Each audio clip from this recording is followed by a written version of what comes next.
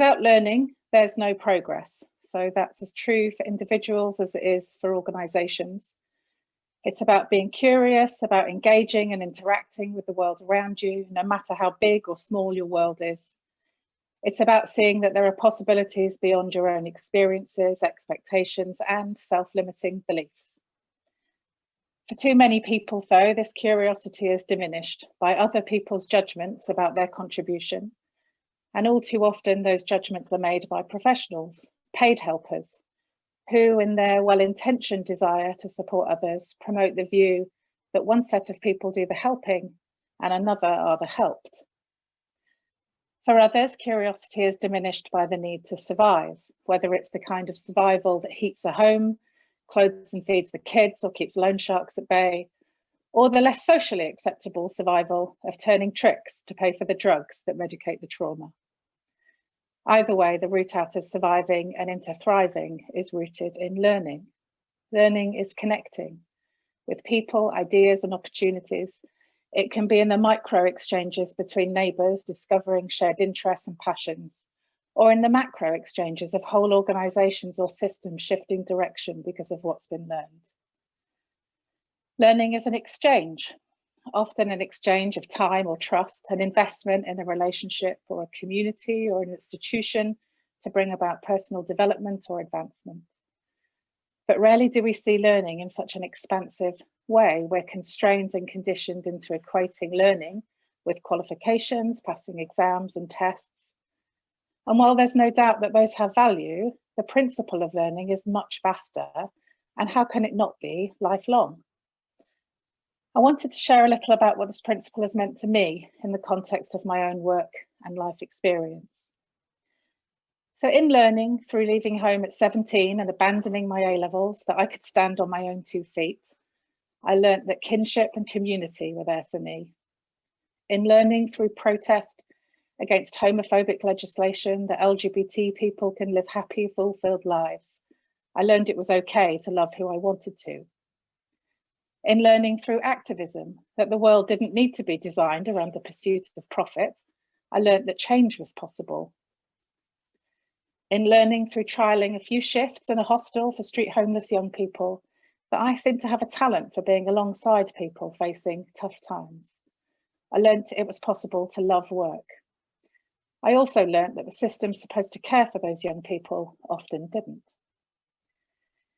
In learning through inadvertently triggering trauma responses in some of those young people, that I needed to get new skills or that talent would be short-lived. I learned to listen to those more experienced than me and develop my skills. In learning through listening to young people share their experiences, that not everyone was getting a good service, I learned that I could become a manager and influence that. In learning through a complaint made about me by my former colleague within weeks of that promotion, that power changes everything, and I learned I needed to change and adapt. In learning through intense grief at the sudden death of a parent, that life was fragile and precious and that my lifestyle wasn't respecting that, I learned to embrace self-care. In learning through therapeutic work and well-being activities that life could offer so much more, I learned that personal development and professional development go hand in hand.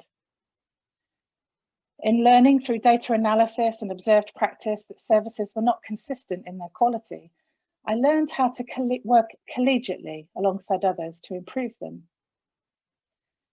In learning through challenging peers on their improvement strategies that I could have a difficult conversation and still maintain trust, I learned that the skills from working alongside young people in hostels were not dissimilar to the skills needed to work alongside directors and chief executives. In learning through partnership work with the FOIA Federation that deficit-based services sustain themselves instead of the people they intend to support, I learned that advantage thinking or asset-based, strengths-based approaches had to be the right design.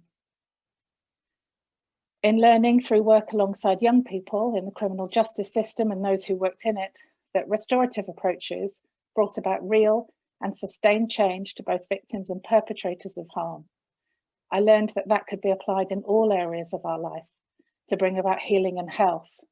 I also learned We have much to learn from First Nation Indigenous communities about restorative approaches and consensus building.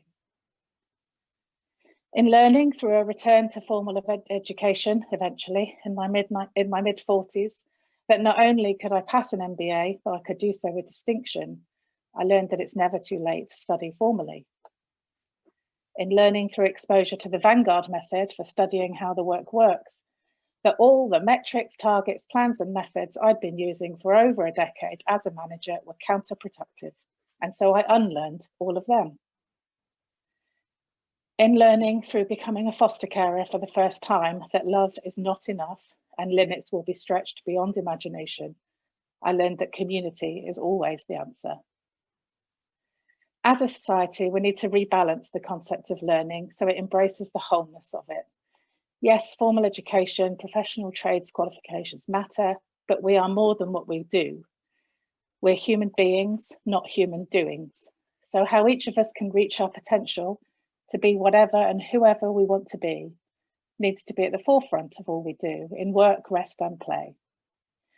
And to do that, we need an honest and self-critical view of all the things we're doing, individually and collectively, that get in the way of people living their versions of a good life.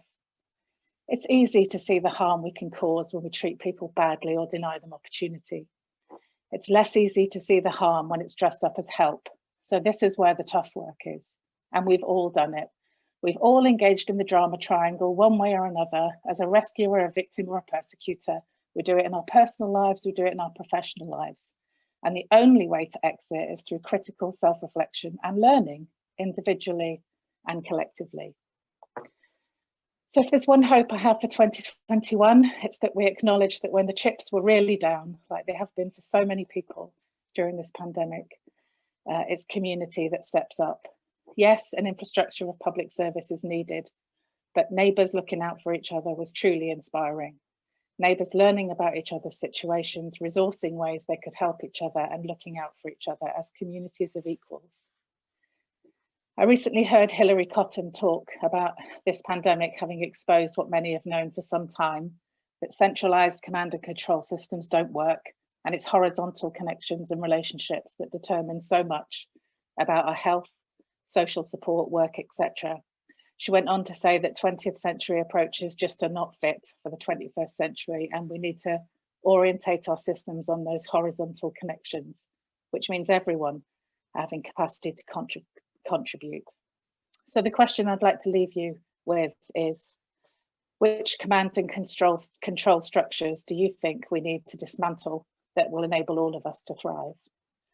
Diolch yn fawr, thank you very much.